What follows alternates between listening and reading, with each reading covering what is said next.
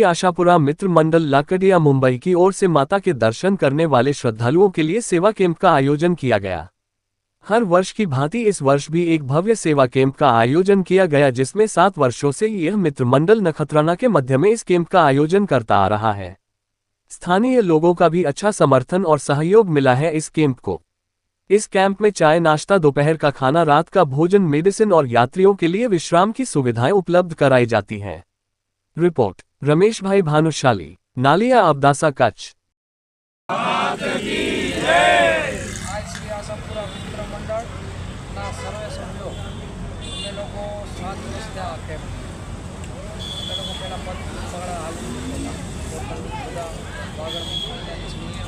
निवासी आ कैम्प राखવાનો વિચાર તમને કેવી રીતે આવ્યો? અમે પગપાળા જતા હતા 11 વર્ષથી અને હમણાં પગપાળાવાળા મારા ભાઈ બી આવે છે, એમને 14 વર્ષ થયા। કેટલા જણાનું આ તમારું ગ્રુપ છે? 50 જણાનું। પગપાળાના 15 જણા। બીજી ત્યાં શું છે સુવિધાઓ?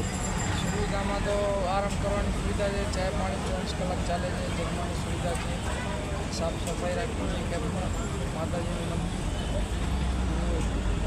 સર્વે લોકોને ખુશી થાય એવું સારી વસ્તુ બનાવી। जय माताजी। सामिखियारी थी ठक्कर रमेश भाई पीकंबर यहाँ कने 7 वर्षथी आ कैम्प चाले छे। यहाँ कने टोटल सेवा अमे फ्री ऑफ में आपी छे।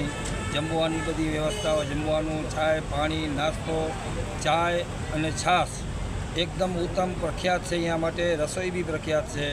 अमे सामिखियारीना वतनी छीए। लाकड़ियावाळा मित्र मंडल लाकड़ियावाळा तरफथी आ कैम्प थवामां आवे छे।